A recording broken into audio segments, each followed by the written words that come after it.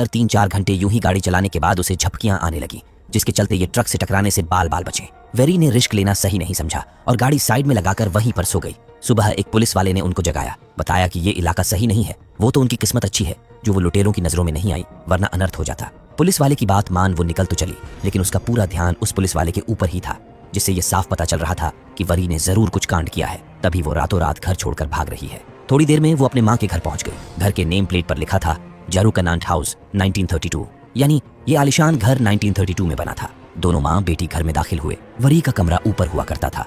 इसी कमरे में उसका बचपन गुजरा था। कमरे के दीवार पर उसकी लंबाई नापने के लिए उसकी माँ ने मार्क भी लगाया था। मिन की लंबाई भी उसी मार्क जितनी थी। यहीं पर हम उसके बैग में एक रिवॉल्वर देखते हैं। इतने में दरवाजे पर कोई दस्तक दिया। वरी मिन को समझाती गई कि यही रहना और खिड़की के पर्दे वगैरह मत खोलना। दरवाजे पर एक बूढ़ा आदमी था जो इस घर का केयरटेकर था। वरी ने उन्हें देखते ही पहचान लिया कि वो उसके नती चाचा है। वो एक आंख से लुल है। लुल कैसे हुए उसकी भी एक कहानी है। वैसे 30 साल पहले वो इनके घर का नौकर हुआ करते थे। नती चाचा अपने साथ वो सारे सामान ले आए थे जो वरी ने उनसे मंगवाया था। नए मोबाइल में दुकानदार से सिम भी डलवा लाए थे। बाकी अगर किसी चीज की जरूरत पड़ी तो उनका घर पास में ही है। तभी उनकी नजर खिड़की पर पड़ी जिसके पर्दे खुले थे। चाचा को विदा कर वो मिन के पास पहुंची कि लाख मना करने पर तुमने खिड़की के पर्दे क्यों खोले? लेकिन मिन तो तब से यही बैठी है, उसने पर्दे नहीं खोले। वरी को लगा कि वो झूठ बोल रही है, पर ऐसा नहीं था। उसने सच में पर्दे नहीं खोले थे। अपने सामान के साथ वो नोटों की गड्डियां भी लाई थीं, जिसे बेड के नीचे रखने के बाद वो शीशे में खुद को निहारने पहुंची। तभी किसी ने उसके कंधे पर हाथ रखा, फिर गायब हो गया। यही नहीं, रात के समय ये टीवी चालू किए तो टीवी के शीशे में भी मीन को एक साया दिखा जो अचानक गायब हो गया। मौसम भी खराब हो चुका था। बिजली कड़कने के साथ साथ घनघोर बारिश भी शुरू हो चुकी थी। वरी तुरंत सभी खिड़की वगैरह बंद करने गई। इसी बीच मीन ने उस कमरे को देखा जिसमें ताला लगा था। इस कमरे के अंदर क्या है? उसने अपनी माँ से पूछा। वैसे ये बात तो वरी को भी नहीं पता, क्योंकि मिन की नानी ने उसे कभी अंदर जाने ही नहीं दिया। खाना वगैरह बनाने के बाद खाना खाने बैठे तो लाइट जाने आने लगी। तभी मिन ने अपने माँ के पीछे किसी को देखा। वरी पीछे मुड़ी तो वहां पर कोई नहीं था। इतने में वो आत्मा फिर से नजर आई। उसे देख मिन चीख पड़ी। वरी समझ नहीं पा रही थी कि मिन ऐसा अजीब बर्ताव क्यों कर रही हैं। शायद अंधेरे की वजह से वो डर रही हैं, इसलिए उसे साथ लेकर वो जनरेटर चालू करने जनरेटर रूम गई। ये जनरेटर तो काफी विशाल था। भला एक मकान के पावर सप्लाई के लिए इतने बड़े जनरेटर की क्या जरूरत? खैर जो भी हो, 30 साल बाद भी ये जनरेटर एक बार में चालू हो गया। यानी घर में जो बिजली की समस्या थी वो अब दूर हो गई। मगर ये तो अभी इनके समस्याओं की शुरुआत भर थी। अगले दिन वरी को एक और वहम हुआ। वो मिन के साथ लुका छिपी खेल रही थी। 20 तक गिनने के बाद वो जाकर बेड के नीचे छिप गई। उसे ढूंढने मिन अंदर आई और तुरंत बाहर चली गई। कुछ सेकंड बाद वरी उसके पीछे गई तो देखा कि मिन ने मास्क लगाया हुआ था। वो उसे ढूंढना छोड़ जाकर ड्राइंग बनाने लगी। तभी मिन ने उसे ढूंढ लिया। मगर अभी वरी ने जिस मास्क वाली मिन को देखा, क्या वो उसका वहम था? खैर जो भी हो, ये रूम मिन की नानी का स्टडी रूम हुआ करता था। बचपन में वरी अक्सर यही बैठकर ड्राइंग बनाया करती थी। वैसे बताते चले कि मिन की जो नानी थी वो उसके पैदाइश से पहले ही मर चुकी थी। रात को जैसे ही लाइट कटी वो आत्मा फिर से मिन को दिखी। डर का आलम कुछ इस कदर बढ़ा कि वो एक पल भी इस घर में नहीं रहना चाहती थी। उसकी माँ ने समझाया कि बेटा, अब यही हमारा घर है, हम वापस उसके डैड के घर नहीं जा सकते। सुबह जैसे ही आंख खुला वो मास्क वाली लड़की फिर से दिखी। वरी ने उससे उसके बारे में पूछा, क्योंकि उसे लग रहा था कि उस लड़की का घर पास में ही होगा। किसी तरह वो घर में घुस आई होगी। इधर मिन भागते हुए घर से बाहर निकल गई, इसीलिए उसे फौरन मिन के पीछे जाना पड़ा। वही इनके घर के पास ही जंगल था जिसमें मिन को एक आदमी दिखा, लेकिन वरी को वहां कोई नजर नहीं आ रहा था। उसने मिन को समझाया कि वो बगीचे की तरफ गई तो कोई उसे उठा ले जाएगा। असल में उसे अपने पति पर शक था। हालांकि उसके पति उसके इस घर के बारे में नहीं जानते थे। वरी को कुछ समझ नहीं आ रहा था कि वो मिन को लेकर कहाँ जाए, क्योंकि उसका पति उसे मारता पिटता था। वही वरी के पास इस घर के अलावा दूसरा कोई ठिकाना भी तो नहीं था। उसकी बेटी मिन भले ही इस घर में रहने से डर रही थी, पर यहाँ रहना उनकी मजबूरी थी। असल में जब बात हद से बढ़ गई तो वरी ने अपने पति वीर पर गोली चला दिया था। यही सब सोचते विचारते उसकी आंख लग गई। 3:15 बजे के करीब जाकर नींद खुली तो उसके सामने वो मास्क वाली लड़की खड़ी थी। वरी को लगा कि वो मिन है। तभी ऊपर से मिन के चिकने चिल्लाने की आवाज आई। वो फौरन भागकर मिन के बेडरूम में गई तो उसके होश उड़ गए। मिन का बेड हवा में लहरा रहा था। अचानक दरवाजा बंद हो गया। वरी लाख प्रयत्न की लेकिन दरवाजा खोल नहीं सकी। इधर मिन उस आत्मा से डरकर अलमारी में छिप गई। वरी जैसे ही अंदर दाखिल हुई बेड धड़ाम से नीचे गिर पड़ा। देखते ही देखते उसने पूरा घर छान मारा, फिर टॉर्च लेकर जंगल में भी गई, लेकिन मिन का कहीं पता नहीं चल सका। आखिर में उसे ये बात पुलिस को बतानी पड़ी। ये है इंस्पेक्टर बलूच, जो उसकी बेटी के गुमशुदा होने की जांच पड़ताल करने आई है। यहाँ पर वो 2-3 चीजें नोटिस करती है, जिसमें वरी के चेहरे पर चोट, घर के एंट्रेंस पर पुरानी चप्पल तथा फर्श टूटने का निशान। देखने से प्रतीत हो रहा था मानो कि ये फर्श झूमर के गिरने से टूटा होगा। सारी बातें साइड कर वो मेन मुद्दे पर आई। वरी ने रात के 3:15 बजे जो कुछ भी हुआ उसे बताई, पर इंस्पेक्टर को विश्वास नहीं हुआ। आखिर मिन का बेड अपने आप हवा में लहरा कैसे सकता है? कहीं वरी झूठ तो नहीं बोल रही? उसने मिन के पिता के बारे में भी पूछा। वरी ने बताया कि वो काफी सालों पहले एक दूसरे से अलग हो गए थे। मिन की सारी डिटेल्स लेने के बाद इंस्पेक्टर ने उसका एक तस्वीर मांगा ताकि वो कार्रवाई को आगे बढ़ा सके, लेकिन वरी के पास मिन की एक भी तस्वीर नहीं थी। उसका फोटो पुराने फोन में था जो यहाँ आने से पहले गुम हो चुका था। यही नहीं, वो सोशल मीडिया पर भी नहीं थी। मतलब कि मिन का फोटो सोशल मीडिया पर भी नहीं मिलेगा। इंस्पेक्टर ने जितने सबूत मिल सकते थे इकट्ठा करवाए, लेकिन उनमें से एक भी सबूत ऐसा नहीं था जो मिन के यहाँ होने का यकीन दिलाए। सिर्फ उसके कपड़ों के होने से साबित नहीं होता कि वो यहाँ थी। इतने में इनकी खोज खबर लेने नती चाचा आए। उन्हें भी यहाँ आकर मिन के गायब होने की बात पता चली।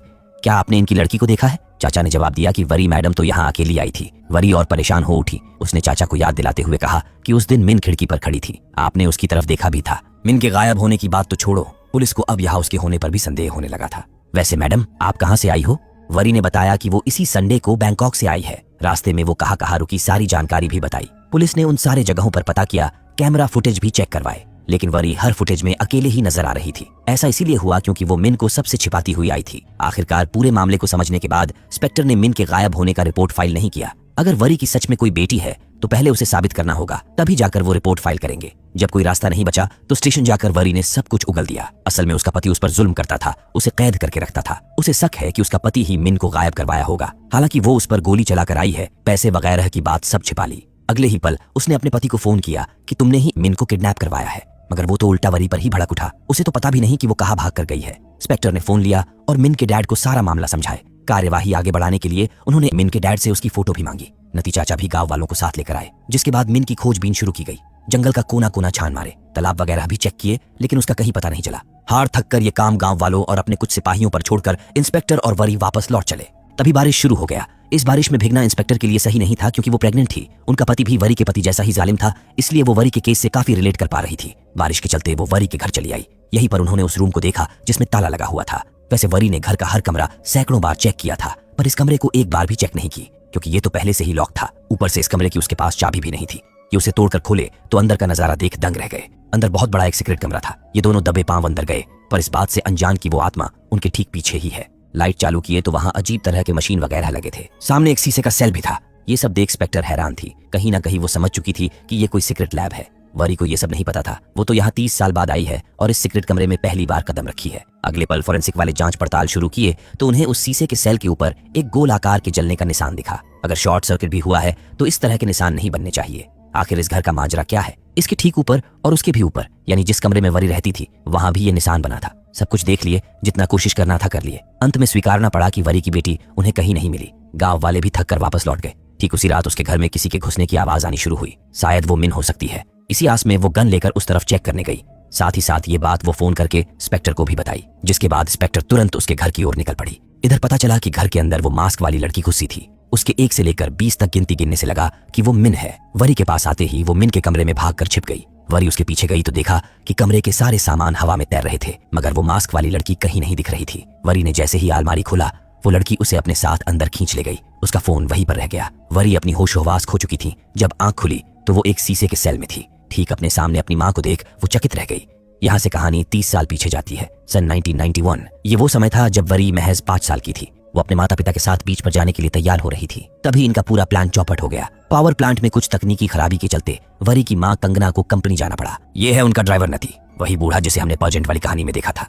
किसी तरह फॉल्ट को ढूंढकर ये 36वां प्रयोग शुरू किए। मतलब ये पिछले 35 बार से नाकाम होते आ रहे हैं। इस बार हर बार की तरह से हटकर हुआ। मशीन के ऊपर एक गोल आकार का वर्म होल बना, जिसमें से एक सैंडल आ गिरा। भाई साहब, कंगना टाइम मशीन बनाने पर काम कर रही है, इसलिए वो वरी को टाइम नहीं दे पाती थी। अक्सर उसके पिता ही उसे संभालते थे। इस बात को लेकर उनके बीच झगड़े भी शुरू हो गए। खीस में आकर कंगना बोल बैठी कि वो काम धाम छोड़कर दिन भर उसे पालते नहीं रहेगी। उसके लिए घर में मेड तो है ही। हालांकि वो ये बात कहना नहीं चाहती थी, पर ये एक्सपेरिमेंट का नशा ही कुछ ऐसा होता है जिसमें लोग घर परिवार दोस्त रिश्तेदार सबको भूलकर अपनी एक अलग दुनिया क्रिएट कर लेते हैं। खैर, इतना सब कुछ होने के बावजूद अगले दिन वो परिवार के साथ छुट्टी मनाने निकल पड़ी। वरी काफी खुश थी। वो मॉम के साथ खेलना चाहती थी, मगर उसकी माँ का मूड तो अपने काम की तरफ ही था। इसको लेकर उनके बीच बहस हो गई। कंगना ने तुरंत गाड़ी रुकाया और गाड़ी से निकल गई। वरी बिलखने लगी कि माँ मत जाओ। इतने में एक ट्रक उनकी गाड़ी को ठोक कर चला गया। इस एक्सीडेंट में वरी और उसके डैड मारे गए। आपके मन में सवाल उठ रहा होगा कि वरी अगर 5 साल की उम्र में ही मर गई तो फिर वो कौन थी? खैर, जो भी हो, 14 मार्च 1991 को वो मरे और अगले दिन उनका अंतिम संस्कार कर दिया गया। वरी की माँ अब हर वक्त 14 मार्च 1991 की रट लगाए रहती। अगर वो समय में पीछे जाकर 14 मार्च 1991 के दिन वाली घटना को बदल पाती तो कितना अच्छा होता। गम हल्का करने के लिए उन्हें साइकेट्रिस्ट से भी मिलना पड़ा, लेकिन कोई फायदा नहीं हुआ। वो अपने आप को अपने पति और बेटी का कातिल मान चुकी थी। आखिर में उन्होंने हार मान लिया और डैम से कूदने के लिए जैसे ही ऊपर चढ़ी, नीचे एक वर्म होल दिखा। घबराहट के चलते उनका सैंडल उसी वर्म होल में गिर पड़ा, जो जाकर किसी दूसरे टाइम लाइन वाली कंगना को मिला। इस टाइम लाइन वाली कंगना समझ गई कि अभी भी उम्मीद बाकी है। वो पूरा सेटअप अपने घर के तहखाने में लगवाई। दिन रात रिसर्च के बाद वो 14 मार्च 1991 के डेट को लेकर टाइम मशीन के अंदर दाखिल हुई। मशीन स्टार्ट तो हुआ मगर थोड़ी देर में ही बंद पड़ गया, यानी कंगना अपने आखिरी प्रयास में भी फेल हो गई। वो अपने नाकामी का शोक मना ही रही थी, तभी टाइम मशीन एक बार फिर से रिस्टार्ट हुआ। अगले ही पल सेल के अंदर एक वर्म होल बना जिसके अंदर से एक छोटी बच्ची निकली। ये बच्ची कोई और नहीं बल्कि वेरी की बेटी मिन थी, जो अलमारी के अंदर से गायब हुई थी। मतलब ये समय हमें तब का दिखाया जा रहा है जब 2021 वाली मिन अपने टाइम लाइन से गायब हुई थी, इसीलिए उसके अलमारी के नीचे वर्म होल का निशान बना था। देखा जाए तो कंगना वरी के बेटी मिन को सन 2021 से 1991 में खींच लाई है।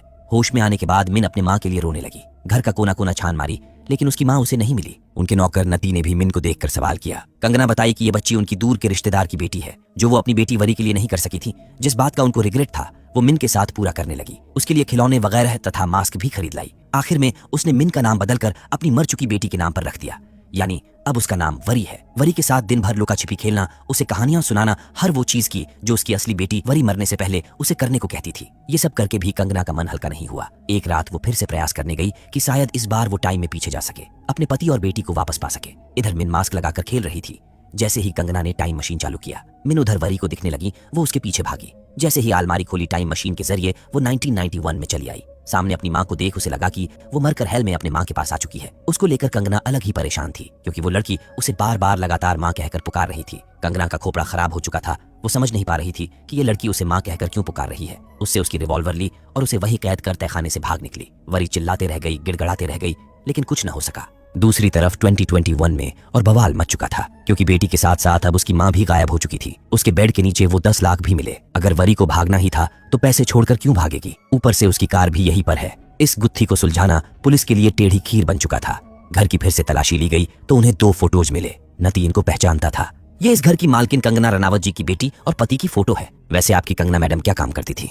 वो एक प्रोफेसर थी और यहाँ के हाइड्रो इलेक्ट्रिक डैम में इंजीनियर थी। घर में लैब क्यों है और वो किस चीज पर एक्सपेरिमेंट करती थी? नती को ये बात नहीं पता कि घर में कोई लैब भी है। वैसे कंगना मैडम 30 साल पहले यहाँ से चली गई, तभी से ये घर बंद पड़ा है। दूसरी तरफ कंगना उस अनजान लड़की के लिए खाना लेकर गई। साथ में पूछ भी लिया कि तुम कौन हो और कहाँ से आई हो। वरी झट से खाना गटकने के बाद बताई कि वो इसी घर में रहती है। असल में वो अपने 5 साल की बेटी मिन को ढूंढ रही थी। तभी अचानक वो यहाँ आ पहुंची। ये सब जानने के बाद कि उसकी बेटी मिन कंगना के पास है, वो कुछ बताए बिना वहां से भाग निकली। कहीं ना कहीं कंगना मिन को अपनी बेटी मान चुकी थी और उसे अपनी बेटी वरी की तरह दोबारा नहीं खोना चाहती थी। दूसरी तरफ इंस्पेक्टर के हाथ एक सबूत लगा है। उन्हें जारुकानांट हाउस से जुड़ा 1991 का एक फाइल मिला जिसमें एक रिवॉल्वर था।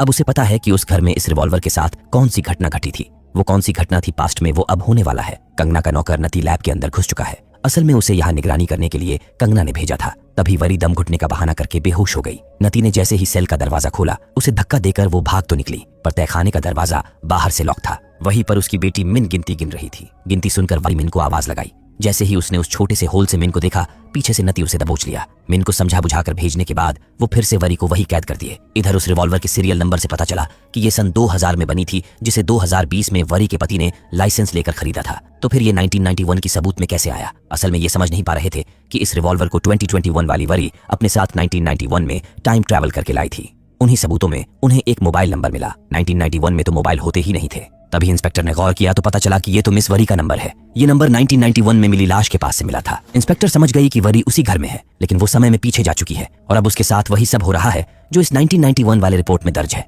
वो कार लेकर तुरंत जारुकानांट हाउस की ओर निकल पड़ी। उधर नती पहरा देते हुए रेडियो पर न्यूज सुन रहा था। तभी न्यूज रिपोर्टर आज की डेट, मंथ और ईयर बताकर न्यूज शुरू की, जिसे सुन वरी चौंक पड़ी कि आज 24 नवंबर 1991 है। नती को लगा कि वो पगला गई है। कौन सा साल चल रहा है उसे ये भी नहीं पता। इस बात से वरी को अंदाजा लग चुका था कि किसी तरह वो सन 1991 में आ पहुंची है। वरी उस अनजान आदमी को बताई कि उसका नाम वरी है, वो भविष्य से आई है। उसकी मैडम कंगना उसकी माँ है, लेकिन वो पहचान नहीं रही और उन्होंने उसकी बेटी मिन को कैद करके रखा है। जिस पर उस अनजान शख्स ने अपनी वरी का फोटो दिखाते हुए बताया कि उनकी वरी पिछले साल एक एक्सीडेंट में मर चुकी है, तो तुम अपना मुंह बंद ही रखो। दूसरी तरफ मिन को वो आत्मा फिर से दिखनी शुरू हो चुकी थी। उसे ये आत्मा क्यों दिख रही है? खैर जो भी हो, उधर वरी के हस्बैंड भी यहाँ आ चुके थे। उन्हें भी 30 साल पहले वरी के घर में हुए घटना के बारे में पता चला। 30 साल पहले वरी के घर में किसकी बॉडी मिली थी, ये पुलिस के लिए आज भी एक रहस्य है। वरी के हस्बैंड भी कोई छोटे मोटे पद पर नहीं बल्कि कर्नल थे। उन्होंने वरी के घर जाने की इच्छा जाहिर की क्योंकि उन्हें वरी के घर का एड्रेस नहीं पता था। दूसरी ओर घंटों वरी की बकबक सुन सुनकर नती का खोपड़ा खराब हो चुका था। आखिरकार उसे वही छोड़कर वो बाहर के दरवाजे पर पहरा देने चला आया।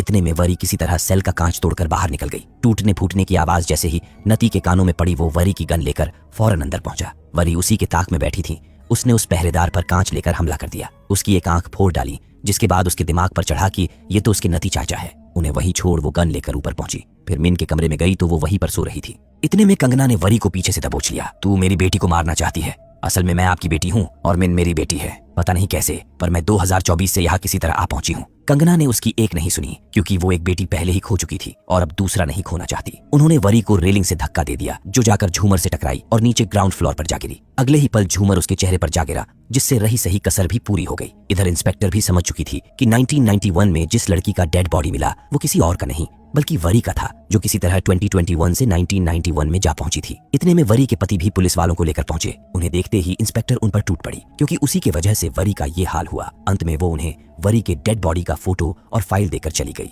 इधर 1991 में वरी के मरने के बाद जांच पड़ताल करने फोरेंसिक वाले पहुंच चुके थे। ये सब तामझाम निपटाकर कंगना मिन को डॉक्टर के पास ले गई, जहां हमें पता चला कि सदमा लगने की वजह से मिन की याददाश्त चली गई है। इसके बाद कंगना ने उसका नाम वरी रखा और इस जगह को हमेशा के लिए छोड़कर चली गई। वही वरी की आत्मा यही कैद होकर रह गई, जो अक्सर मिन को रात के अंधेरे में दिख जाया करती थी। यहाँ से वे बैंकॉक चले आए। कुछ सालों बाद वरी बड़ी हो गई। आखिर में कंगना को समझ आया कि जो भविष्य से आई थी वो मिन ही थी। मिन यानी वरी की बेटी भी बड़ी होकर हूबहू वरी की तरह ही दिखती है। इसी असमंजस में फंसकर कंगना पागल हो गई। ये वही समय था जब वरी को वीर से प्यार हुआ था। दोनों ने शादी भी कर ली, जिसके कुछ महीने बाद वरी की मां कंगना चल बसी। इसके बाद वीर और वरी की एक बेटी हुई, जिसका नाम उन्होंने मिन रखा। ये वही समय था जब इनके बीच झगड़े शुरू हो गए, बात डिवोर्स तक आ गई। मगर वीर उसे किसी भी हाल में छोड़ना नहीं चाहता था। उसके गिरफ्त से वो सालों तक नहीं निकल पाई, क्योंकि वीर कर्नल था। उसकी पहुंच ऊपर तक थी। आखिरकार वरी को एक दिन भागने का मौका मिल ही गया। उसके हाथों वीर की पिस्तौल लग चुकी थी, जिसके दम पर वो पैसे और विन को लेकर